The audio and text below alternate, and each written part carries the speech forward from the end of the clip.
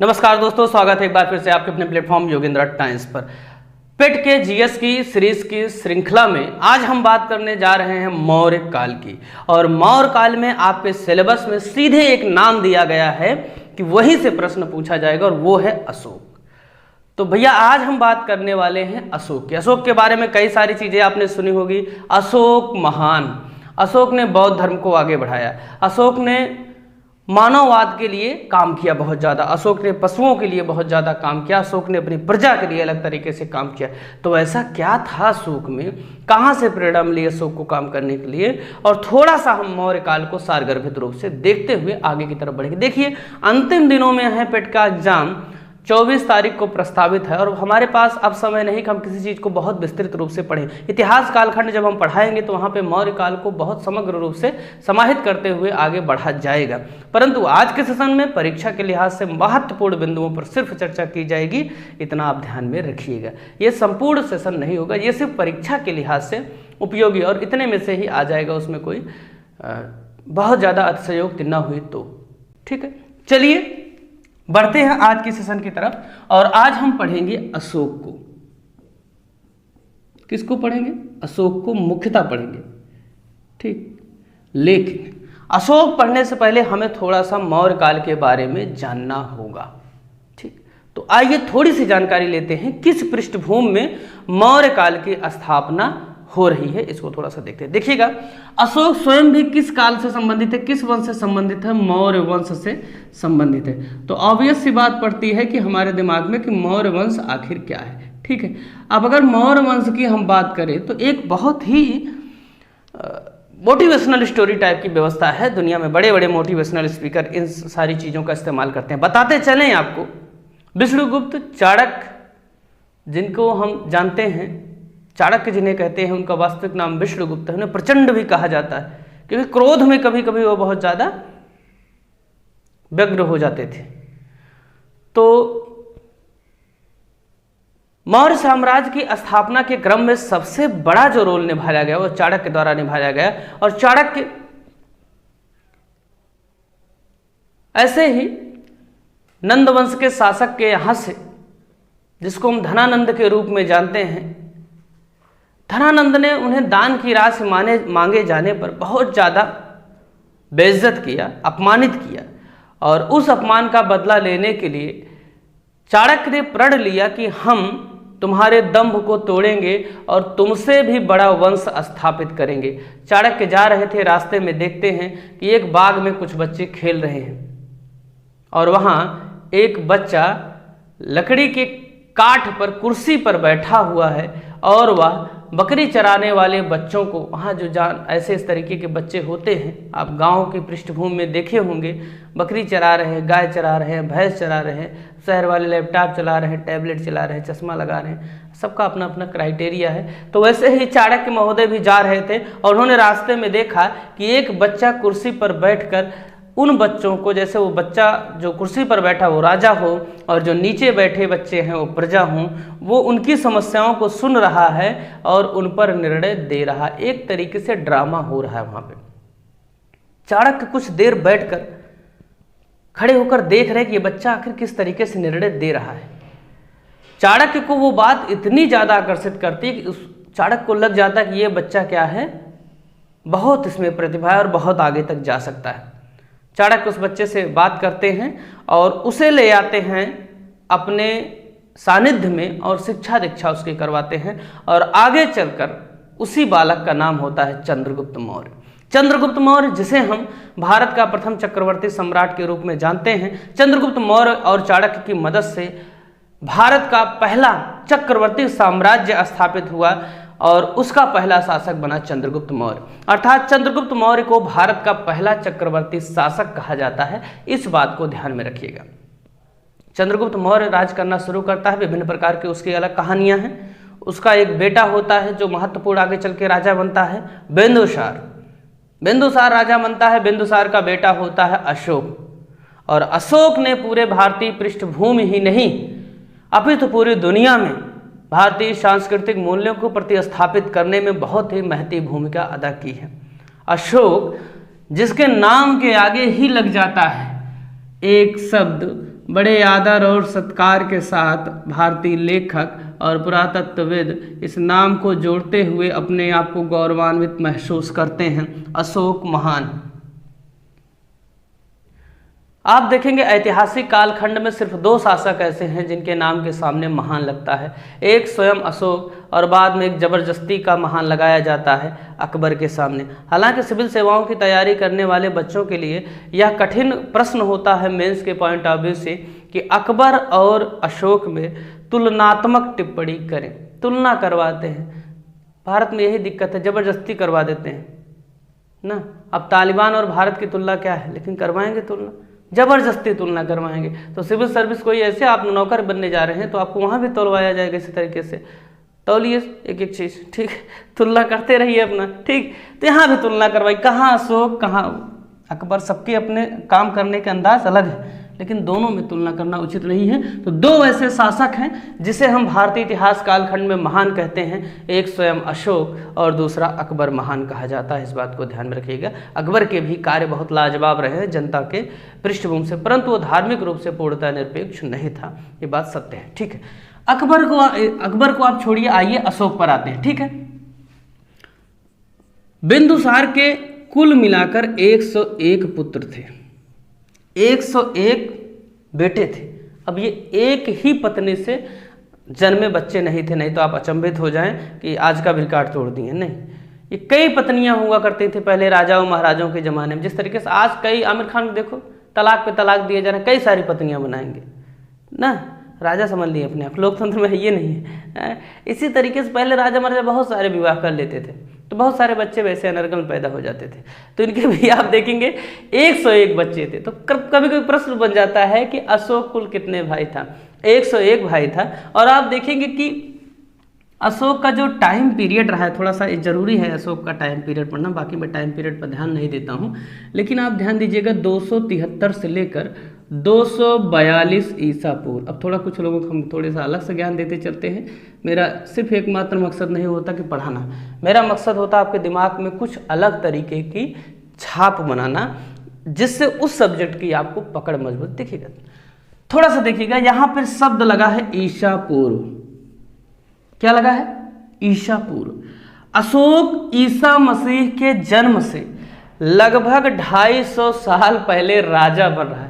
क्या राजा है? तब ईसा मसीह पैदा हुए, तब आया ईसाई धर्म जो हमें ज्ञान देते हैं कि आधुनिकीकरण, आधुनिक हैं हम दुनिया के, ये आधुनिक हैं। बेटा जब तुम नंगे घूम रहे थे ना, तब हमारे यहाँ राजा बनते थे और धम्म की नीति चलाते थे। धम्म मतलब नैतिकता, जिसे आप 2011 में यूपीएससी के सिलेबस में एथिक्स के रूप में देखते हैं। एथिक्स पढ़ा रहे हैं।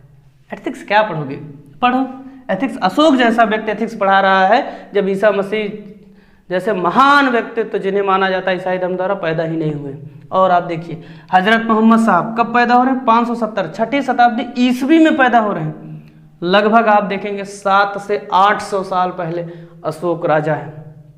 इसीलिए भारतीय सांस्कृतिक जो कल्चरल मूल्य है वो बहुत ही ज़्यादा दुनिया में अलग है। यही मेरे बताने का मकसद है। यहाँ पे ध्यान रखिएगा, इन लोगों के पैदा होने से बहुत साल पहले हमारे यहाँ अशोक जैसा राजा हुआ है। तो 273 से 242 ईसा पूर्व के आसपास इसने शासन किया। आप देखेंगे लगभग 40, 30, 70, 30 वर्षों तक इसने लगभग शासन किया। अब देखिए इसके शासन के महत्वपूर्ण चीज़ों को हम जानेंगे थोड़ा सा। देखिएगा 273 में इसको राजा घोषित कर दिया जाता है। लगभग कुछ किताबें 274 भी लिखती हैं, इसको याद रखिएगा। 273 ईसा पूर्व में इसको राजा घोषित कर दिया जाता है। ठीक, पहले ये गवर्नर था, ठीक है, राजा घोषित किया जाता है। अब जब इसको राजा बनाया जाता है, बाकी जो बिंदुसार के बेटे थे भैया गुस्सा हो गया कि नहीं, हमको काहे नहीं बनाए, हम तुम्हारे बच्चे नहीं है क्या? है बिंदुसार ने कहा गया कैसे बन जाओगे ना तुम, ना कैसे बना दिया जाएगा, क्योंकि सबकी अपनी लिमिटेशन से राजा तो कोई एक ही बनेगा। और सामान्य सी बात है कुर्सी के क्रम में, तो यहाँ माँ बेटे को मरवा दे, बाप बच्चे को मरवा दे, पत्नियां पत्नियों को मरवा दें। आप देख ही रहे हैं बहुत सारी घटनाएं ऐसी हो रही हैं समाज में।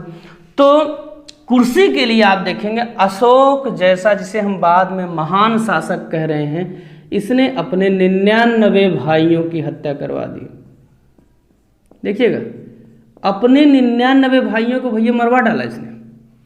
एक भाई को छोड़ दिए। एक को क्यों छोड़ा पता है? उसका नाम था सुसीम, सुसीम या सुसिम, ठीक।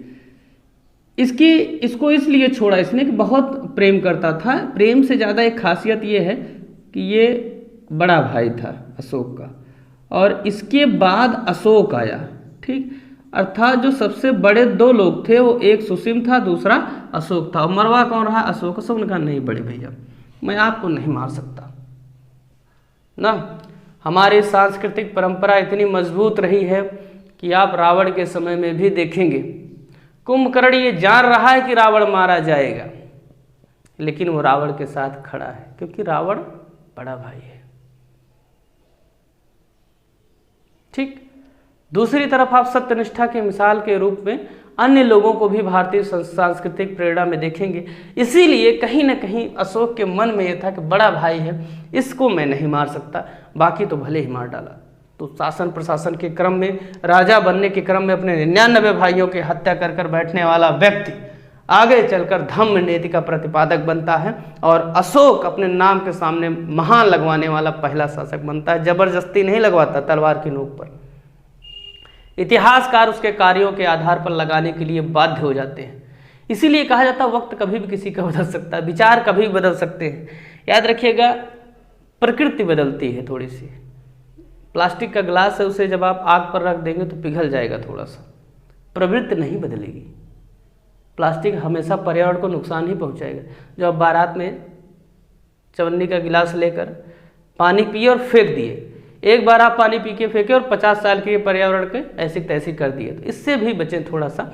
ऐसा करने से हमेशा आप थोड़ा सा ध्यान में दिमाग में रखें। थोड़ी छोटी छोटी चीज़ें करके हम पर्यावरण में बहुत बड़ा बदलाव ला सकते हैं। बड़े बड़े स्पीच देकर कुछ नहीं होने वाला है, थोड़ा सा काम करें, पर्यावरण भी सुधरेगा और आप भी सुधरेंगे, ठीक है। तो अशोक भैया हो गए राजा, ठीक। अशोक के सामने कई तरह की चुनौतियां हैं। जैसे शुरुआती दिनों में अशोक क्या है, धर्म की उसे कोई जानकारी नहीं है, बौद्ध धर्म का कुछ नहीं मानने वाला। अशोक को याद रखिएगा, शुरू में अशोक शैव धर्म का अनुयायी था, इस बात को आप दिमाग में रखिएगा, आपसे प्रश्न बन सकता है। किस धर्म का अनुयायी था? शैव धर्म का अनुयायी था। और इसने उपगुप्त से शिक्षा ली बाद में, उपगुप्त से, और उपगुप्त से शिक्षा लेकर इसने बौद्ध धर्म को स्वीकार किया। किसको स्वीकार किया? बौद्ध धर्म को। याद रखिएगा, कुछ हमारी कथित किताबें लिखती हैं कि मोगल पुत्तिस से शिक्षा ली। किससे? मोगल। इनको मत पढ़िएगा, नहीं तो यही लोग हैं जो आपको फेल करवाते हैं, क्योंकि ये नकल करके लिखे ना, इनके पास अपना कुछ नहीं है। ये देखे सलमान खान फटी पैंट पहना, ये भी पहन लिया, इनको पता नहीं काहे पहना है, उसको प्रचार करना है कंपनी का है। और दारू पी रहा है ऋतिक रोशन, दारू पिया, कोई दारू पिया, दारू का प्रचार। कमला पसंद, अब कहेंगे अजय देवगन खा रहे हैं गुटखा केसर, हम भी खाएंगे। विमल पान मसाला खाएंगे, वो अजय देवगन है, खा सकता है भैया, तुम खाओगे साले कैंसर हो जाएगा, मर जाओगे, मुंह सड़ जाएगा ना। समझते नहीं बात। आप देखिए, मोगल पुत्तिस से अशोक बहुत ज़्यादा प्रभावित था। ये बौद्ध धर्म का गुरु है, बहुत ज़्यादा प्रभावित था, परंतु दीक्षा जो ली थी उपगुप्त से ली थी, इस बात को आप याद रखिएगा, ठीक है। अब चलिए थोड़ा सा अशोक के हम शुरुआती दिनों को देखते हैं। देखिएगा, मैंने बताया कि 273 में राजा घोषित हो जाता है, परंतु ये गद्दी पर नहीं बैठता है, इसको याद रखिएगा, ठीक है। शासन प्रशासन के क्रम में इधर उधर लड़ाई झगड़ा, अपना संघर्ष, भाइयों को मारना पीटना, बाकी जो भी लोग सर उठा रहे हैं सारे सर को दबा दिया जा रहा है, ठीक। आप देखिएगा, क्योंकि ये प्रशासन के क्रम में थोड़ा सा इसको लगता है जरूरी है, ठीक। आप देखेंगे 273 में इसे घोषित किया गया और फिर 269 ईसा पूर्व इसने अपना राज्याभिषेक करवाया। क्या करवाया? राज्याभिषेक, बकायदे राजा बना, पूजा पाठ करवा के, ठीक है। मारवार के कैसे को मारवा लिए भैया, राज्याभिषेक करो। 4 साल देखें, लगभग 4 साल इसने लगा दिए अपने राज्याभिषेक में। और याद रखिएगा, इसी कारण से इतना टाइम इसको लगा, इसी कारण से ये डेट पूछी जाती है कि अशोक का राज्याभिषेक किस समय हो रहा है? 269 ईसा पूर्व। एक चीज और याद रखिएगा, महत्वपूर्ण है। 269 ईसा पूर्व हो गया। एक डेट और इसके जीवन में महत्वपूर्ण आती है, 261 ईसा पूर्व। बस 2 ही डेट आपको याद रखनी, बाकी कुछ नहीं पढ़ना है। अंतिम समय में है आपकी तैयारी। 261 ईसा पूर्व में इसने कलिंग का युद्ध लड़ा, कलिंग जो कि उड़ीसा में है, ठीक है।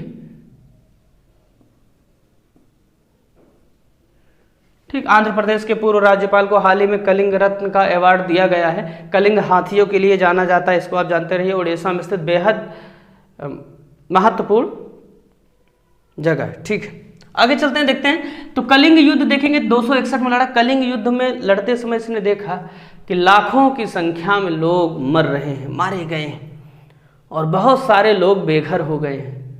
अशोक को लगता है ये जो मैं कर रहा हूँ ये उचित किसी भी दशा में नहीं है। इतने बड़े पैमाने पर लोगों का मरना बिल्कुल ठीक नहीं है, राजपाट, ठीक। तो उसी दिन से अशोक ने ये प्रण लिया। पूछता है कब से? उसी युद्ध के बाद अशोक ने भेरी घोष, अभी बता रहे एक एक शब्द का अर्थ बताएंगे, आप टेंशन बिल्कुल मत लीजिए। भेरी घोष के स्थान पर धम्म घोष की बात कही, धम्म घोष की बात कही। भेरी घोष क्या है? जैसे आप देखे होंगे रामायण महाभारत, तो जब युद्ध की घोषणा होती है तो एक शंखनाद होता है, और उसी शंखनाद को भेरी घोष कहा जाता है। भेर मतलब डर, समझ रहे हैं? घोष मतलब उद्घोष, डर का उद्घोष हो रहा है, डराया जाएगा, एक दूसरे को मारा जाएगा डर पैदा करने के लिए। आपको भी डराया जाता है, बंदूक से मार देंगे, विधायक हैं ना, आप कहते हैं ले जाओ भैया हमारे ज़मीन ले जाओ, 40 लाख की है 20 लाख मिलेगा, विधायक जी हड़प लिए ना। क्यों? क्योंकि आपके अंदर डर पैदा कर दिया गया। और आप डर से निवृत्त कैसे होंगे? डर से निवृत्त होने का एकमात्र साधन है अपने अंदर चेतना को विकसित कर लेना। किसी से नहीं डरेंगे, चेतना को विकसित करिए अपने अंतर्गत, कुछ भी हो चेतना लाइए अपने अंदर, सब समाप्त हो जाएगा, ठीक है। तो भेरी घोष के स्थान पर धम्म घोष की नीति को कब प्रतिपादित किया? 261 ईसा पूर्व अर्थात कलिंग युद्ध के बाद। देखिएगा धम्म का अर्थ क्या होता है, इसका सामान्य अगर शब्दों में हम अर्थ समझें तो आप धर्म जानते हैं, क्या है? धर्म। धर्म किस भाषा का शब्द है? संस्कृत भाषा का शब्द है, इसको याद रखिएगा। धर्मः इति धार्यते, जिसे धारण किया जा सके वही धर्म है। तो उसी का थोड़ा सा अपभ्रंश आप लोग हिंदी में पढ़ रहे होंगे, ठीक है। तो उसी का मिला जुला रूप है, इसको आप थोड़ा सा ध्यान में रखिएगा। परंतु अगर हम बेसिकली धम्म की बात करें, सिर्फ धम्म की, तो धम्म याद रखिएगा पाली भाषा का शब्द है। और आपको बताते चले, इसको भी आपने पाली, आप देखेंगे संस्कृत आई, संस्कृत के बाद पाली आई, पाली के बाद प्राकृत आई, आप इस तरीके से आहट वगैरह को पढ़े होंगे।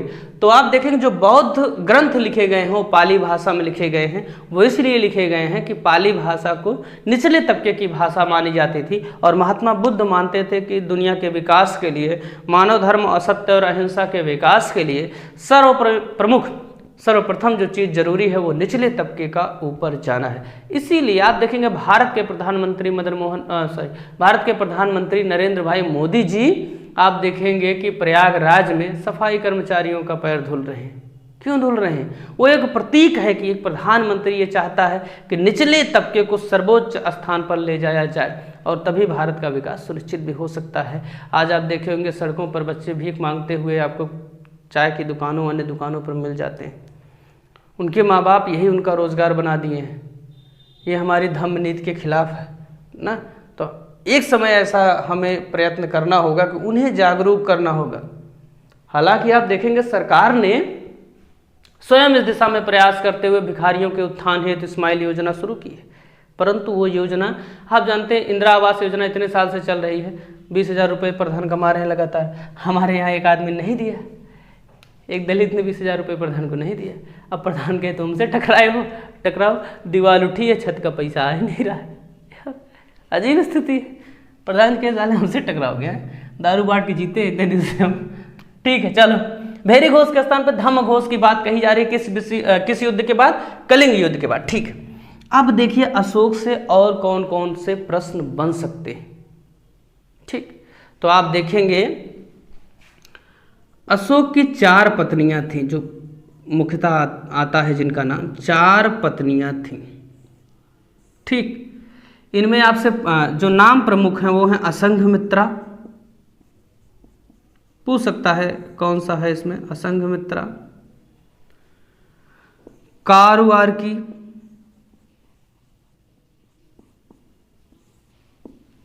तिस्सरक्षिता,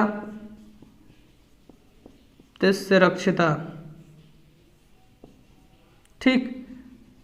इस तरीके से कुल मिलाकर 4 पत्नियां थीं अशोक की, जिनमें से 3 प्रमुख नाम आपसे कोई एक पूछ सकता है। अशंघमित्रा, कारुआरकी, तिस्सरक्षिता, इनकी जो 4 पत्नियां थीं उनमें से प्रमुख पत्नियां थीं।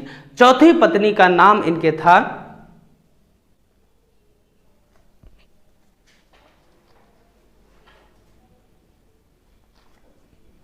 चौथी पत्नी का नाम इनका था महादेवी। इसको थोड़ा सा दिमाग में आप रखिएगा, कोई टेंशन की बात नहीं है। तो चौथी पत्नी को के नाम के रूप में आप महादेवी को देखते हैं। ये उतनी प्रमुख नहीं है जितना कि तीनों हैं। प्रश्न में जो विसंगत रूप से पूछा जा रहा है वो अशंघमित्रा, कारुआरकी और तिस्सरक्षिता पत्नियों को भी पूछा जाता है। अगर पति कोई बड़ा काम कर ले, अगर पति भी नालायक है तो पत्नी की भी थोड़ी सी इज्जत डाउन ही हो जाती है।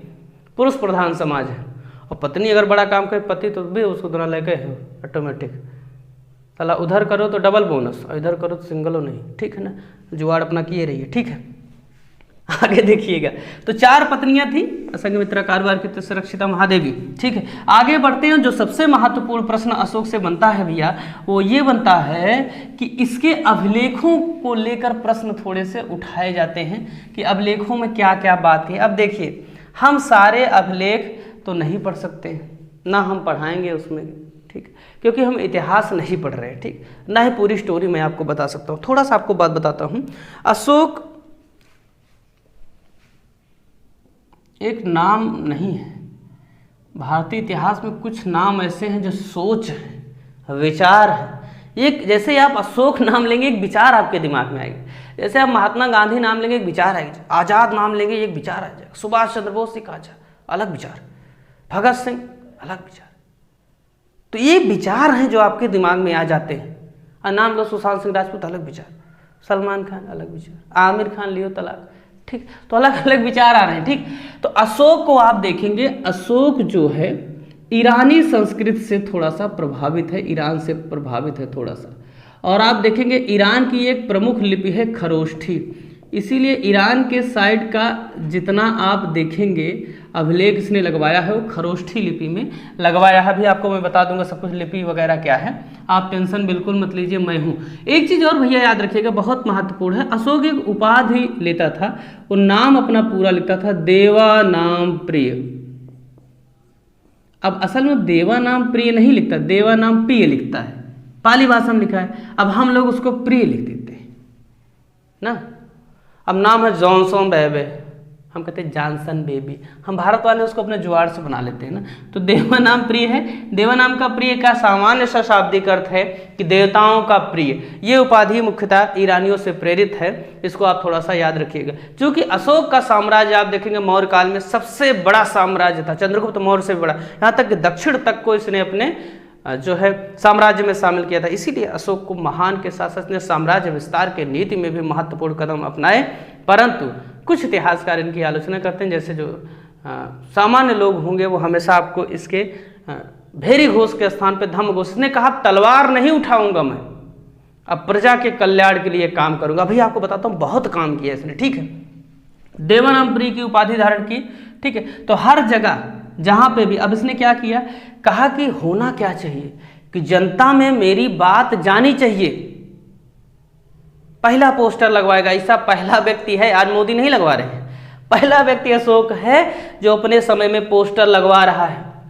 पोस्टर में क्या लिखवा रहा है, 3 तरीके के पोस्टर लगवाए, एक तो डिजिटल, एक तो फ्लेक्स और एक तो हैंडबिल बंटवाए, ठीक है भैया। 3 तरह के पोस्टर कौन कौन से हैं राजा साहब, आप देखिएगा थोड़ा आराम से टेंशन फ्री होके। एक तो इन्होंने कहा शिलालेख, जैसे पर्वत है ना ऊपर जाके लिखवा दियो भैया, सीधे उसी पर कटवा पिटवा के थोड़ा सा अपना लिखवा दो, तो इसे कहते हैं शिला। शिला मतलब पत्थर, उस पर लेख लिखवा दिए, शिलालेख, ठीक। अब मान लो इसे पत्थर है, ठीक, गए यहाँ पे ऐसे लिखवा दिए, इस पे ऐसे इसको कटवा के यहाँ लिखवा दिए ऐसे। तो राजा की बात परमानेंट यहाँ रहेगी, ठीक। अब दूसरी बात कहे स्तंभ लेख, जगह जगह खंभा लगवाएंगे, खंभे पर अपनी बातों को शिलापट्ट लगवाया जाएगा और उस पे अपनी बातों को लिखवाया जाएगा। जिस तरीके से सारनाथ में आप अशोक स्तंभ में अशोक द्वारा कही गई बातों को सुनते हैं। एक तरीका और इसने अपनाया, उसे गुहा लेख कहा जाता है।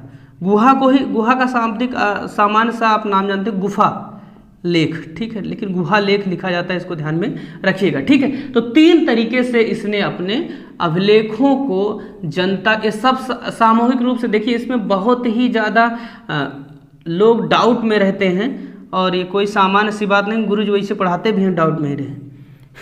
जैसे सरकार चाहती कि आप गरीब रहें, नहीं तो किसके लिए चलाएगी प्रधानमंत्री आवास योजना, किसको, ये जो मोटा मोटा चावल दे रहे किसको देगी, चाहती है आप गरीब रहें, रहो गरीब, मरो दारू पी के, मरो, खाओ गुटखा, बिमल पान मसाला, सड़ाओ मुँह, ठीक है, पियो दारू, लोटो, चौराहे खड़े होके बुलेट खरीद दिए घर वाले, बाप मर गया, माँ पेंशन पा रही है, उड़ाओ पैसा, खेत बेच के बुलेट खरीदो, किडनी बेच दो बुलेट खरीदो, दारू पियो, सिगरेट, सिगरेट पीते तो लगता है फूंक रहे हैं ना, सलमान खान है, साल इतनी संपत्ति बनाने के बाद सलमान खान फूंक रहा है, पहले उसको बनाओ है, ठीक। तो आप देखेंगे इन सबको क्या कहते हैं हम, शिलालेख, या सॉरी, इन सबको हम कहते हैं अभिलेख कहते हैं, इसको ध्यान में थोड़ा सा रखिएगा। अभिलेख मतलब जो लिखित रूप से जिनका प्रमाण हमें मिलता है। तो ये अभिलेख है, अभिलेखों को 3 भागों में बांटा गया, शिलालेख, स्तंभ लेख और गुहा लेख। मामला क्लियर हुआ है। अब देखिए क्या कहा गया, अब इसमें हुआ है भैया कि कुछ इसमें हैं जो बड़े हैं, जिन्हें कहा गया है बृहद शिलालेख। क्या है? बृहद शिलालेख। और कुछ लघु हैं, ठीक, छोटी। बृहद मतलब कि सारी बातें उसमें लिखी गई हैं, कुछ है लघु मतलब छोटी छोटी लाइनों को उसमें लिखा गया है। इसी तरीके से इसमें भी हैं और तीनों में, इसमें दोनों में बृहद और लघु के रूप में बांटा गया है, ठीक। इसको थोड़ा सा आप लिखिएगा, दिमाग में बैठाइएगा। अब हम एक एक करके चर्चा करेंगे शिलालेखों के बारे में, किस शिलालेख में इसने कौन सी बात कही है और यहाँ से महत्वपूर्ण क्या प्रश्न आपके लिए बन सकते हैं, ठीक है दोस्तों। फिर आगे हम एक एक करके शिलालेख, स्तंभ लेख, गुहा लेख के बारे में पढ़ते हैं। देखिएगा भैया, शिलालेख से आपसे प्रश्न बनेंगे, परंतु क्या पढ़ना है ये आपको तय करना होगा। बहुत ज़्यादा नहीं पढ़कर आप जा सकते हैं, कुछ पंक्तियों को पढ़िए और समुचित अंक प्राप्त करिए, क्योंकि इस समय बहुत ही कम समय है आपके पास, ठीक। और परीक्षा में अब जैसे शिलालेखों की संख्या भैया 14 है, 14 शिलालेख 8 स्थानों से प्राप्त हुए। ऐसे समझिए जैसे मोदी जी ने 14 बातें कही हैं और उन बातों को किसी स्थान पर लिखवा कर लगा दिया गया। वो स्थान कितने हैं बाबू साहब? 8 हैं। यही बात कर रहा है। कोई किताब आप भारत की पढ़ लेंगे, आपके दिमाग में घुसेगा नहीं। क्यों? आपको लग रहा होगा इनके कैसे बहुत तगड़ा बता दिया है? आपको लग रहा होगा ऐसे है ना, ऐसे नहीं। यही आपको समझने में बहुत ज़्यादा दिक्कत हो जाएगी कि स्तंभ लेख, शिलालेख ये सब क्या हैं, अभिलेख क्या है, ठीक ना। अभिलेख, आप जब अभिलेख बीच में लिख दिया जाएगा आप परेशान हो जाएंगे, लघु स्तंभ लेख लिख दिया जाएगा, बृहद शिलालेख लिख दिया, आप परेशान रहेंगे। इसलिए आप बातों को समझते चलें। 14 बातें कही गई हैं और 8 स्थानों पर उसको लगवाया गया है, लिखवाया गया है, ठीक है।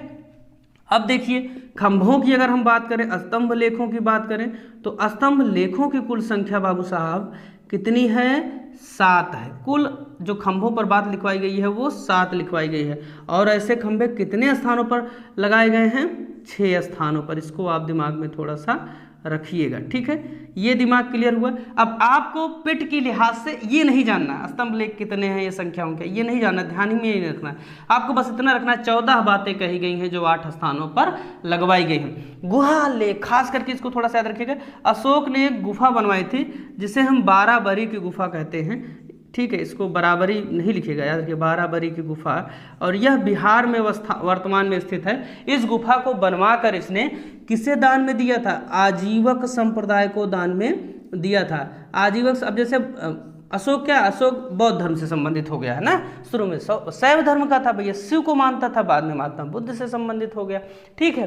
तो आप देखेंगे आजीवकों को इसने दान दिया, मतलब दूसरे धर्म वाले को ये दान दे रहा है। इसीलिए मैं कहता हूँ, आप बौद्ध साहित्य को जब आप पढ़ेंगे आप लगभग देखेंगे उस समय 363 के आसपास संप्रदाय हैं भारत में, ठीक।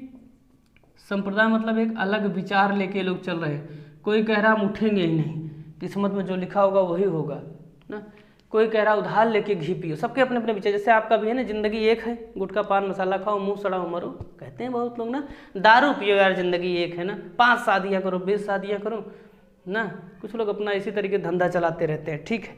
तो याद रखिएगा, जीवन क्या है, जीवन का जो मेन मकसद है मोरालिटी है। मैं हमेशा एक चीज़ कहता हूँ, सबसे अनैतिक बात जो व्यक्ति होगा सबसे आपसे नैतिक बात करते हुए मिलेगा, ऐसे व्यक्तियों से हमेशा दूर रहें, बहुत ज़्यादा जो ज्ञान देने वाले, ठीक है। आप याद रखिए 363 संप्रदाय जो हमें सहिष्णुता का आज पाठ पढ़ाते हैं, कहते हैं सहिष्णुता नहीं है भारत में, असहिष्णुता है, वो समझे कि हमने 363 संप्रदायों को एक साथ लेकर आगे बढ़ा है और अखंड भारत उस समय निर्मित किया था। तो अशोक देखिएगा, आजीवन दूसरे धर्म के मानने वाले, गुफा उस समय बनवाना कितना कठिन काम है, एक गुफा बनवा दिया पूरे भारत में, आज हम इतिहास में पढ़ रहे हैं, उसको बनवा के दान दे रहा आजीवक संप्रदाय की, बहुत बड़ी बात है। एग्जाम में इस प्रश्न को पूछता है। इतना क्लियर हुआ। आइए इनका थोड़ा सा हम ध्यान देते हैं, इनमें कौन कौन सी बातें हैं। हम बहुत कम चीज़ें बताएंगे, इसको याद में रखिएगा, हम उसी बात को बताएंगे जो एग्जाम में पूछा जाएगा, ठीक है। हम अनायास यहाँ पे, क्योंकि इतिहास का सेशन नहीं, हम इतिहास में आपको पीएचडी करवाएं, अब सब पढ़ा दें आपको, ठीक है। पेट के लिए विशेष क्लास है और पेट के लिए विशेष क्लास को ही हम पढ़ाएंगे, इसको आप दिमाग में थोड़ा सा रखिएगा। अगर अभी तक आपने हमारे चैनल को सब्सक्राइब नहीं किया है तो सब्सक्राइब करिए और ज़्यादा से ज़्यादा लोगों तक शेयर करिए, खास करके जो यूपीएसआई की तैयारी करें, पीसीएस की, आरओ की आदि परीक्षाओं की तैयारी करें, सबका पूरा सेशन, पूरा कोर्स यहाँ पे मुफ्त में मिलेगा, फ्री में मिलेगा और वो भी गुणवत्तापूर्ण मिलेगा। आप पढ़कर आप मज़े के साथ आप पढ़िए और आराम से परीक्षा दीजिए, धड़ाक से पास होइए और पूरा भावकाल मेंटेन किए रहिए। चलिए ठीक है, अब देखते हैं आगे। दोस्तों आइए आगे देखते हैं। अब हम पढ़ेंगे अशोक के समय में महत्वपूर्ण अभिलेखों के बारे में, स्तंभ लेखों के बारे में और गुफाओं के बारे में या गुहा लेखों के बारे में। थोड़ा सा हम जानेंगे कि यहाँ से किस तरीके के प्रश्न आएंगे या ऐसे प्रश्न जो पेट में संभावित रूप से आ सकते हैं, उनके बारे में थोड़ी सी चर्चा करते हैं। देखिएगा, सबसे पहले मैंने आपको बताया जो भैया अभिलेख हैं वो 3 तरह के हैं। नंबर 1 शिलालेख, नंबर 2 स्तंभ लेख और नंबर 3 गुहा लेख। तो शिलालेखों की अगर हमने बात की आपसे, तो उसमें मैंने आपको बताया कि इसमें कुल 14 बातें कही गई हैं जो 8 स्थानों से प्राप्त होती है, ठीक। अब थोड़ी सी लाओ इनकी चर्चा कर लेते हैं कि इन 8 स्थानों में प्रमुख कौन कौन से हैं, ठीक है। पहला स्थान है सहबाजगढ़ी, सहबाजगढ़ी,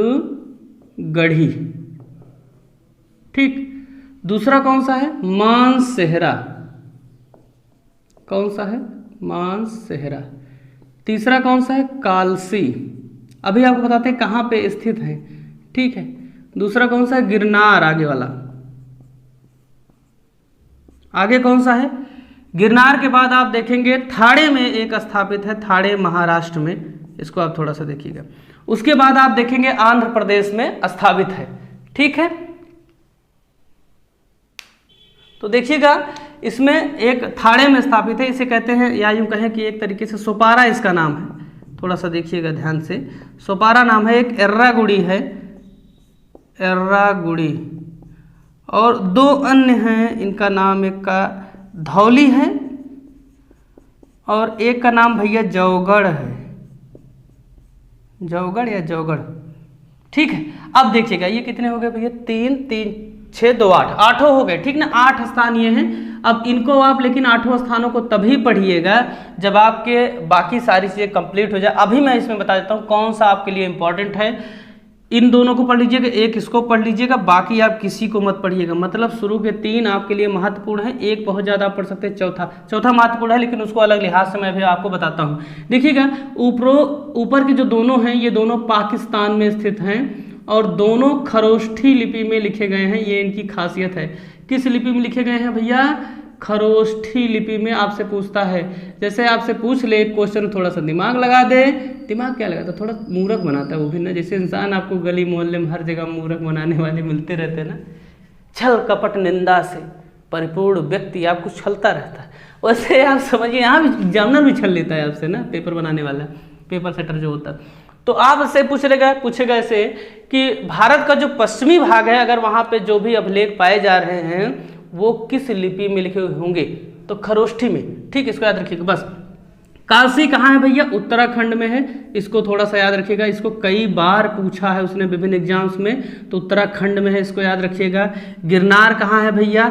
गिरनार गुजरात में है। अभी इसको एक नाम बता दें, आप लोग अगर पढ़े होंगे तुरंत आपको याद आ जाएगा।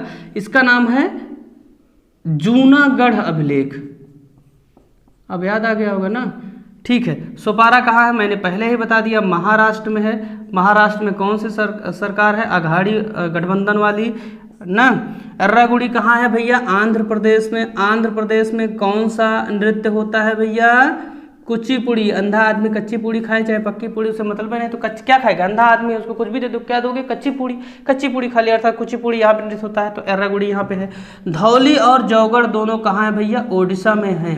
और ओडिशा के याद रखिएगा मुख्यमंत्री इस समय बहुत ज़्यादा चर्चा में है, नवीन पटनायक जी। तो ये 8 स्थान है जहाँ से 14 बातें मिली हैं, और इन 14 बातों में से हम वो बातें अब जानेंगे जो एग्जाम के लिहाज से महत्वपूर्ण हैं। ठीक है, आइए देखते हैं। सबसे पहली बात इसमें क्या कही गई है? सबसे पहली बात इसमें कही गई है कि पशु बलि की निंदा, पशु बलि की निंदा की गई है। कि पशु बलि या यूं कहें कि निषेध, मनाही कर दी गई है कि पशु बलि नहीं की जाएगी। अनायास हम अब पशुओं के मांस को नहीं खाएंगे, गलत बात है, बिल्कुल बेईमानी है। ठीक। दूसरी बात क्या है? पशु अस्पताल, मनुष्यों के साथ साथ पशुओं के लिए अस्पताल बनवाए जाएंगे ना। राज्यों को अनुदान राशि देता है अशोक, इसीलिए वो क्या है? अशोक महान है। जिस समय ईसा मसीह वाले गायब है ना, मैंने बताया 250 साल पहले पैदा होकर पशुओं के लिए अस्पताल बना रहा है ना, और ईसा मसीह वाले क्या कर रहे हैं? तालिबान बना रहे हैं। यार अजीब बात है। अशोक क्या बना रहा है? पशुओं के लिए अस्पताल बना रहा है, ईसा मसीह से 250 साल पैदा हो गए। और ईसा मसीह वाले क्या बना रहे हैं? तालिबान, अलकायदा, मुजाहिदीन तैयार कर रहे हैं मारने के लिए। चलो मारो तुम लोग, हम बनाएंगे। ठीक है।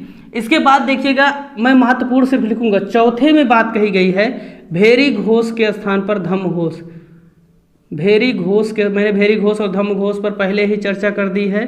इसमें बात की गई है धम्म घोष की। बहुत सीरियस होकर पढ़िएगा, जितना लाइन लिखवा दे सब इंपॉर्टेंट है, उतना आपको पढ़ के ही जाना है। 13वें में बात कही गई है कलिंग विजय की। ये बहुत ही ज़्यादा महत्वपूर्ण है, इसको आप थोड़ा सा याद रखिएगा। कलिंग विजय की बात की गई है। अशोक लिखता है कि राज्याभिषेक के 8वें वर्ष, सब रटे रहिए, 8वें वर्ष कैसे भैया? राज्याभिषेक कब हो रहा है? सो का भी मैंने कुछ देर पहले बताया था, 269 ईसा पूर्व। और मैंने साफ साफ कलिंग युद्ध बता दिया 261। सब देखिएगा। अब किताब लूसेंट ये सब आड़ी बाड़ी पढ़ेंगे ना, तो उसमें आप देखेंगे विभिन्न चीज़ें लिखी रहेंगी। सारी किताब पूर्णतः सही नहीं तो आदमी लिख रहा है, कोई ना कोई गलती आ ही जाती है। वो कुछ लोग इसमें 259, 260 कुछ भी लिख दे रहे हैं। तो इसको याद है 261 ईसा पूर्व। जो आयोग मानता, मैंने हर सेशन में आपको बताया है, जो आयोग मानता आप वही मानिए, सही गलत की बात छोड़िए। है तुम दिन को अगर रात कहो तो हम रात कहेंगे। अगर आयोग दिन को रात कह रहा है तो आप भी रात कहिए। अब नहीं दिन, हम दिन कहेंगे, दिन कहोगे फेल हो जाओगे। इसको ध्यान दिए रहना। ठीक है। या तो नौकरी फाटा छोड़ दो, फिर कोई दूसरा काम करो, सरकार के खिलाफ जाओ, आयोग के खिलाफ जाओ, बंद हो जेल में, आंदोलन करो। ठीक है, याद रखना। अगर आयोग दिन को अगर रात कह रहा है तो आपको भी रात, जब इश्क में कह सकते हो तो यार नौकरी लिए नहीं कह सकते हो। इसको ध्यान देना, ध्यान दिए रहना थोड़ा। ठीक है। 8वें वर्ष कलिंग विजय कर रहा, और ये महत्वपूर्ण बातें हैं आपकी भैया किससे? थोड़ा शिलालेखों की बात हमने की। अब हम करेंगे थोड़ी सी बात स्तंभ लेखों की, और 1-2 लाइन मुश्किल से इसमें लिखेंगे स्तंभ लेखों से, उसके बाद हम निवृत्त होंगे। ठीक है। इसको आप ध्यान में थोड़ा सा रखिएगा। स्तंभ लेखों में विशेष रूप से जो पूछा जाता है प्रश्न, उन्हीं बिंदुओं को हम लिखेंगे, क्योंकि नहीं तो यही सेशन बहुत ज़्यादा हो जाएगा। और चूँकि परीक्षा में उनसे प्रश्न नहीं पूछा जाता, मैंने आपको पहले ही बता दिया कि जब आप योगेंद्र टाइम्स द्वारा हिस्ट्री के विशेष सेशन को आप पढ़ेंगे, तो वहाँ पर हम विस्तृत रूप से खास करके पीसीएस और पीएससी के एग्ज़ाम्स, या यूँ कहें सिविल के प्रिपरेशन वाले जो विद्यार्थी हैं, उनको चीज़ें मिलेंगी। ऐसा अब इतना सोचिए कि हम जो अभी पढ़ाए वो सिविल में नहीं आता है, इतना ही पढ़ लेंगे तो आप पीसीएस प्री क्वालिफाई करने से आपको इस पर्टिकुलर टॉपिक से कोई नहीं रोक सकता। इस बात को आप दिमाग में थोड़ा सा रखिएगा। आइए आगे बढ़ते हैं। ठीक, आगे क्या है भैया? आगे बात ये है, हम पढ़ेंगे स्तंभ लेखों को, स्तंभ लेखों को। ठीक है। स्तंभ लेख से आपसे प्रश्न बनते हैं। मैंने आपको पहले बताया स्तंभ लेख 2 तरीके के होते हैं। ठीक, एक तो बृहद, दूसरे लघु। अब स्तंभ लेख कुल मिला के मैंने आपको बताई 7 बातें कही गई हैं। कितने स्थानों से प्राप्त हैं? 6 स्थानों से। इसको आप थोड़ा सा दिमाग में रखिएगा, आपसे पूछेगा नहीं, वैसे कहीं नहीं पूछा अभी तक, ठीक है। अब देखिएगा इनको 2 भागों में बांटा गया है, बृहद और लघु। मैंने आपको पहले ही बता दिया। बृहद में आप जो प्रमुख देखेंगे वो इलाहाबाद स्तंभ लेख है, इसको आप थोड़ा सा याद रखिएगा, इलाहाबाद स्तंभ लेख, ठीक। अब ऐसे मत सोचिए उसमें बृहद लिखेगा कि नहीं, इसको मैं पहले बता दे रहा हूँ, इससे इतना कोई ध्यान में नहीं देता। एग्जामिनर आपको इतना उसमें मात्रा नहीं दिखवाना है, उसको बस सटीक से लिखेगा इलाहाबाद स्तंभ लेख, ठीक है। और अगर आप लघु स्तंभ लेखों की बात करेंगे, लघु वालों की, तो लघु वालों में जो एकमात्र प्रमुख है और वहीं से प्रश्न सीधे बनता है, उसका नाम है रुम्मनदेई। अब आप जो लोग पढ़े होंगे उनको याद आ गया होगा, रुम्मनदेई लघु स्तंभ लेख, ठीक है। क्या है? रुम्मनदेई लघु स्तंभ लेख। इसकी भैया ये इसलिए महत्वपूर्ण है और सबसे ज़्यादा स्तंभ लेखों में इसी की चर्चा होती है, बाकी तो बहुत सारी बातें लिखी गई हैं, ठीक। इसकी इसलिए चर्चा होती है क्योंकि इसमें अशोक ने ये बताया है कि उसने उस स्थान की यात्रा की जहां महात्मा बुद्ध का जन्म हुआ था, अर्थात बुद्ध का जन्म कहाँ हुआ था, इससे इस बात की जानकारी मिलती है। और बुद्ध का जन्म आप जानते ही होंगे, अगर नहीं जानते तो मैं बता दे रहा हूँ, कहाँ हुआ था? लुम्बिनी में हुआ था। लुम्बिनी कहाँ है भैया? लुम्बिनी नेपाल में है। और नेपाल की राजधानी क्या है भैया? काठमांडू है। और आप देखेंगे काठमांडू इसकी राजधानी है। और यहीं पर आप देखेंगे नेपाल रेंज में ही एक पर्वत है जिसका ना चोटी है जिसका नाम है माउंट एवरेस्ट, जो कि दुनिया की सबसे ऊंची चोटी है 8,850 मीटर के साथ। और एक चीज़, इसको नेपाल में हिमालय वाले इस हिस्से को कहा जाता है भैया क्या? सागर माथा। इसको थोड़ा सा दिमाग में रखिएगा, नहीं तो आपका माथा हो जाएगा खराब जब प्रश्न पूछेगा ना। इतनी बातें मैंने आपको यहाँ से बता। कहता है कि मैंने उस स्थान की यात्रा की जहाँ तथागत पैदा हुए। तथागत किसे कहा गया? बुद्ध को। ये सब पूछ लेता आपसे। एक स्टूडेंट ने कहा कि सर मेरे समझ में तो गांधी वाले सेशन से लिखे नोट्स कैसे बनाए? नोट्स आप बनाइए ना बनाइए, आपका काम है। कथा हो रही है, पंडित जी की कौन सी बात आपको लिखनी हो आप अपने आप डिसाइड करिए, ठीक है। मैं जो भी बोल रहा हूँ वो आपके एग्जाम के लिहाज से कहीं न कहीं महत्वपूर्ण है, ठीक है। इसलिए आप उसको अपने हिसाब से, कहाँ आपको दिक्कत हो रही, नोट्स बनाते चलें। और कोई आप सुझाव देना चाहते हैं तो कमेंट करके हमसे आप संवाद कर सकते हैं। देखिएगा इसके बाद अशोक कहता है कि मैंने उस स्थान की यात्रा की जहां तथागत पैदा हुए। और किया क्या मैंने?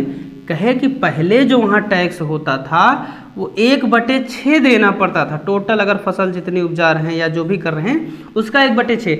मैंने उसको क्या कर दिया? घटा दिया। घटा कर कितना कर दिया? 1/8।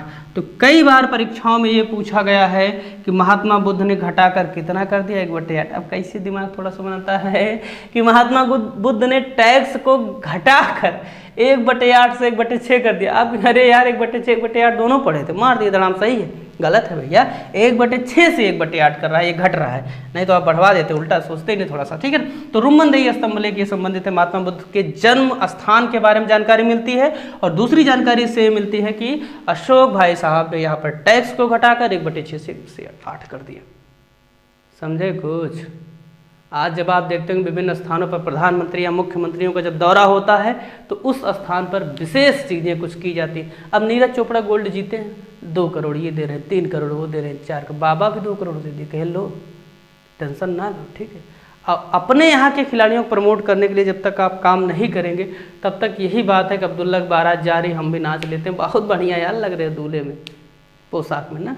तो आपको कहीं न कहीं उस तबके को उठाना पड़ेगा जो उठ नहीं रहा है, पैसा देना पड़ेगा, फंड प्रोवाइड करवाना पड़ेगा। इसीलिए मोदी सरकार ने एक योजना की शुरू की, टॉप्स ओलंपिक में खिलाड़ियों के बेहतर प्रदर्शन के लिए। तो इसी तरीके से आप देखेंगे यहाँ पर भी चूंकि विशेष व्यक्ति के जन्म से संबंधित है तो टैक्सेशन को घटा दिया जा रहा है, इसको थोड़ा सा आप याद रखिएगा। स्तंभ लेख से संबंधित 2 चीजें आपको मैं और बता देता हूँ। एक है दिल्ली टोपरा,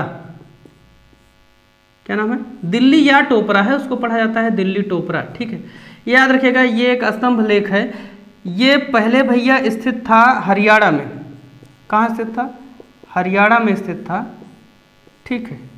इसको फिरोज शाह तुगलक द्वारा ला दिया गया दिल्ली में। किसके द्वारा? ये सब पूछ लेता, फिरोज शाह तुगलक द्वारा, ठीक है। और तुगलक ने क्या कहा इसको, तुगलक ने कहा ये स्वर्ग का स्तंभ है ना, स्वर्ग का स्तंभ की संज्ञा इसको दी फिरोज तुगलक ने। एक्चुअल में मामला ये हुआ था, मामला इसमें ये बात थी कि फिरोज तुगलक ने उसको पता चला कि कुछ इस तरीके से बातें इस क्षेत्र में लिखवाई गई हैं, शासक था, पहुंचा अपना लाव लश्कर लेके, और एक जो उसके राज्य का सबसे विद्वान आदमी था उसको बुलाया, कहा भैया, कहे सुने तुम पढ़ने लिखने में बहुत हो, बहुत पारंगत, तो चलो बताओ क्या लिखा है इसमें। और कहेगा नहीं बता पाओगे ना तो मार के टांग देंगे चौराहे पे। अब वो आदमी बहुत सातिर आदमी था, कहा यार पूछ रहा, अगर नहीं बताएंगे समस्या हो जाएगी। और उसने ये कहा कि इसमें जो लिखा है राजा या और अन्य व्यक्ति पढ़ ही नहीं पाएगा, तो उसने ये कह दिया कि महाराज इसमें ये बातें लिखी गई हैं, जो भी व्यक्ति इस स्तंभ को अपने राजधानी क्षेत्र में रखवाएगा या अपने क्षेत्र में रखवाएगा उसको बहुत तरक्की मिलेगी और उसका राज्य बहुत बड़ा होगा। कहे बहुत बढ़िया, बहुत बढ़िया बात है, इसको उठा के यहाँ से कहाँ ले चलो, दिल्ली, हरियाणा से उठा के तुरंत आराम से दिल्ली लाए और उसको खूब इनाम दिया। कहे देखो ऐसे कई बार आपको क्या घुमा देना पड़ता है लोगों को ना, क्योंकि आपको अपनी रक्षा भी करनी है, ये विद्वता है कहीं ना कहीं। अगर ज़्यादा सही बोलते महाराज नहीं पढ़ पाए तो अब तक काम खत्म हो गया होता और हरियाणा में ही रह जाता, हम इसके बारे में पढ़ते ना, एक जो है घटना कम हो गई होती, ठीक है। एक इसी तरीके से और घटना हुई, उसे कहते हैं दिल्ली मेरठ स्तंभ, दिल्ली मेरठ स्तंभ, ठीक, या मेरठ, ठीक है ना।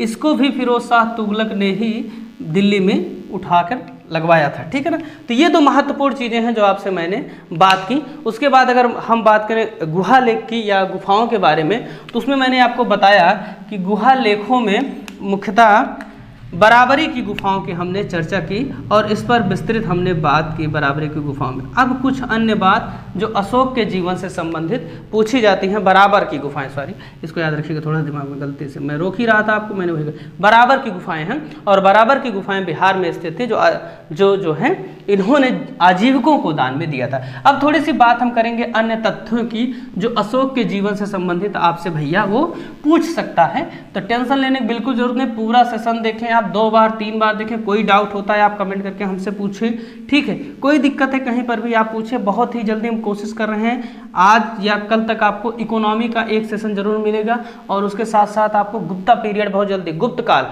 बहुत जल्द मिलेगा, क्योंकि आप देखेंगे सिलेबस में डायरेक्ट इन चीज़ों को मेंशन किया गया। अब आप समझ लिए अशोक से निश्चित है एक प्रश्न बनना, अगर नहीं आता तो कोई बात नहीं, और उसमें समुद्रगुप्त है, समुद्रगुप्त और अशोक में से दोनों में से एक प्रश्न बनना एकदम निश्चित है, 100% आप मान के चलिए, ठीक। बहुत कोई अनहोनी घटना ना हो गई तो, क्योंकि मैं ब्रह्मा तो हूँ नहीं कि लिख रहा हूँ, किस्मत, ठीक है।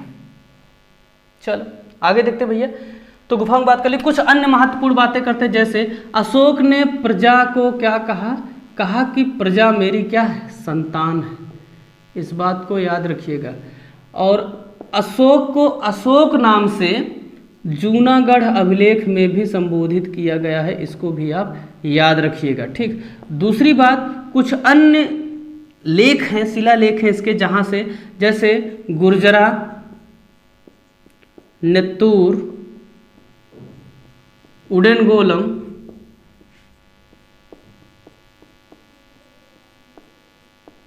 ठीक, ये ऐसे अभिलेख हैं जहाँ पर इसका नाम अशोक मिलता है, इसको आप थोड़ा सा ध्यान में रखिएगा। इसका नाम क्या मिलता है भैया, अशोक, क्या मिलता है नाम, अशोक। इसके बाद एक नाम इसमें और याद रखिएगा, एक और है मास्की, भी इसी में शामिल था। तो अगर ये पूछता है इसमें कि निम्नलिखित में से किस अभिलेख में अशोक को अशोक नाम से संबोधित किया गया है, तो ये 4 हैं जो हैं, एक इनमें से कोई आपको ऑप्शन में देगा। अब थोड़ा सा जैसे मैंने बताया कि प्रजा को संतान कहता तो प्रजा की यथास्थिति को जानने के लिए अशोक ने 256 रातें प्रजा के बीच में गुजारी, कि प्रजा किस तरीके से रहती है, उसका रहन सहन क्या है, क्या कष्ट हैं उसके, उस तरीके से गुजारा। अब जैसे राहुल गांधी कहीं नहीं रहते, तो इसलिए उनको पता ही नहीं है कि प्याज नीचे होती है कि प्याज ऊपर होती है ना। अब मोदी 12 साल घूमे हैं, उनको सब पता है प्याज कहाँ होती है, प्याज खेती कैसे होती है, इसीलिए क्या हो, जनता को तुरंत जुड़ जाते हैं। इसीलिए जब आप जनता की इसीलिए जनप्रतिनिधि ने कहा जाता है कि आप जनता की समस्याओं से कितना अवगत है ना। अब मेनका गांधी जैसा भी है, लोग यहाँ पे गरियाते हैं, सीधे फ़ोन करके डॉक्टर गरिया देंगे, ठीक। तो ये जनता को अलग तरीके से जानते हैं, इनका बेटा अलग गरियाता है, वो अलग तरीके से जनता को जानता है, ठीक है। बहरहाल सबके अपने विचार हैं, और ज़्यादा बोलना इन लोगों के बारे में ठीक नहीं, क्योंकि इन लोगों के बारे में बोलना मतलब अपना वक्त खराब करना, ठीक है। क्योंकि इनको चुने आप ही चुने हैं, हटा भी सकते हैं। ठीक, इसको याद रखिएगा। 256 रातें इसने गुजारी। कुछ एक दो पॉइंट आपको मैं और बताता हूं जो इसके चीजों से संबंधित है। जैसे नंबर एक बात उसमें आप ये थोड़ा सा याद में रखिएगा, एक इसका महास्थान अभिलेख है। कौन सा? महास्थान अभिलेख है। ये भैया कहाँ है? बांग्लादेश में। इसको दिमाग में रखिएगा। इस समय ये कहाँ है? बांग्लादेश में, अर्थात बांग्लादेश तक इसकी बातें फैली हुई थी। आप देखिएगा थोड़ा सा, बांग्लादेश तक। ठीक, और एक और है सोहगौरा, बहुत ही ज़्यादा महत्वपूर्ण है। ठीक, मैंने आपको पहले बताया था कि मैं अंत में कुछ नए अलग तरीके के फैक्ट बताऊंगा। सोहगौरा कहाँ है भैया? गोरखपुर में स्थित है, गोरखपुर में। और ये बाबू साहब इसकी खासियत ये है कि ये पहला ताम्र अभिलेख है। याद रखिएगा, तांबे पर लिखा गया है। ठीक, बहुत बढ़िया बात बताया ना, मजा आ गया। चलो ठीक है, शेयर करो। ठीक, मजा आया, शेयर करो। सोहगौरा क्या है भैया? ताम्र अभिलेख है। ठीक, इसको दिमाग में आप थोड़ा सा रखिएगा। दूसरी बात, इस अभिलेख में ये बताया गया है कि अकाल पड़ा है तो अकाल के लिए राजा क्या कार्य कर रहे हैं? अकाल से बचाव की उद्घोषणा की गई। अर्थात अगर आपसे प्रश्न पूछता है कि अकाल का उल्लेख किस निम्नलिखित अभिलेख में किया गया, तो सोहगौरा में। सोहगौरा कहाँ है? गोरखपुर में। चूंकि अभी उत्तर प्रदेश से संबंधित पेट का एग्जाम देने जा रहे हैं, पीईटी का, इसलिए प्रश्न और आपके लिए संभावना बन जाता भैया। और दूसरा यहाँ से एक चीज याद रखिएगा कि गोरखपुर किस नदी के किनारे बसा हुआ है? इसको जरूर ध्यान में रखिएगा। राप्ती नदी के किनारे बसा हुआ है, इसको दिमाग में थोड़ा रखिएगा। और गोरखपुर से ही योगी बाबा हैं, योगी आदित्यनाथ जी। और ये किस संप्रदाय से संबंधित हैं? ये नाथ संप्रदाय से संबंधित हैं। इसको भी आप दिमाग में रखिएगा। जब आए थे बाबा जी, जब मुख्यमंत्री बने थे, तब भी पूछा गया था। अब बाबा जी जाने वाले हैं, तब जाने वाले में तो चुनाव होने वाला, तब भी पूछा जाएगा ना। योगी आदित्यनाथ को आप देखेंगे, जब ये मुख्यमंत्री बनते तब भी ये प्रश्न आया था, और अभी ये प्रश्न पूछे जाने की प्रबल संभावना है। तो इस तरीके से मैंने समेकित रूप से आपको उन बिंदुओं पर चर्चा की जो महत्वपूर्ण है एग्जाम के लिए। एक पॉइंट और यहाँ पे थोड़ा सा बताते चलें कि इन्होंने श्रीलंका में धर्म के प्रचार के लिए अपने पुत्र महेंद्र को भेजा था। और ये पीजीटी में पूछा गया क्वेश्चन है, इसको आप थोड़ा सा दिमाग में रखिएगा। महेंद्र को भेजा था, थोड़ा सा याद रखिएगा। कुछ और फैक्ट हैं जो मुझे लगता है बता देने चाहिए, आपको पूछे जा सकते हैं। जैसे कि अशोक के शिलालेखों को सबसे पहले किसने पढ़ा? तो इसको पढ़ा जेम्स प्रिंसेप ने। इसको दिमाग में आप थोड़ा सा रखिएगा। ठीक, दूसरी बात आपको बताते चले, महत्वपूर्ण है जो कि अशोक से संबंधित और महत्वपूर्ण है। अशोक के जो अभिलेख लिखे गए हैं वो सबसे ज़्यादा जो लिखे गए हैं ब्राह्मी लिपि में लिखे गए हैं। इसको याद रखिएगा, ब्राह्मी लिपि में लिखे गए हैं। इसको थोड़ा सा हम सही कर देते हैं, ब्राह्मी लिपि में लिखे गए हैं। ठीक है, थोड़ा सा ध्यान में रखिएगा। ठीक, अब लिपि और थोड़ा सा इस मुद्दे पर मैं बात कर लेता हूँ। जैसे कि मैंने आपसे चूँकि वादा किया था कि हम इस मुद्दे पर बात करेंगे, लिपि क्या है, थोड़ा सा आपको बताते चलता हूँ कि लिपि क्या है। जैसे मैं सो रहा हूँ, ऐसे मान लीजिए कहीं पे लिखा है मैं सो रहा हूँ, मुझे डिस्टर्ब ना करिए। ठीक है, अब ये क्या है? ये भाषा क्या है बाबू साहब? भाषा इसकी भैया हिंदी है। ठीक, लिपि क्या है इसकी? लिपि है देवनागरी। लिपि क्या है?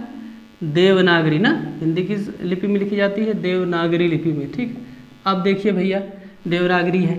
अब दूसरी बात, जैसे मैं इसी को ऐसे लिख दूं, मैं सो रहा हूं।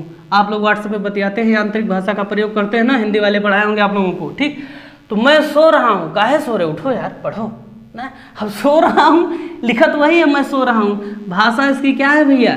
हिंदी है। परंतु लिपि इसकी क्या है? लिपि की जब बात करेंगे तो लिपि चूंकि अंग्रेजी की तरह से लिखा गया, इसलिए क्या हो जाएगी? इसकी रोमन लिपि हो जाएगी।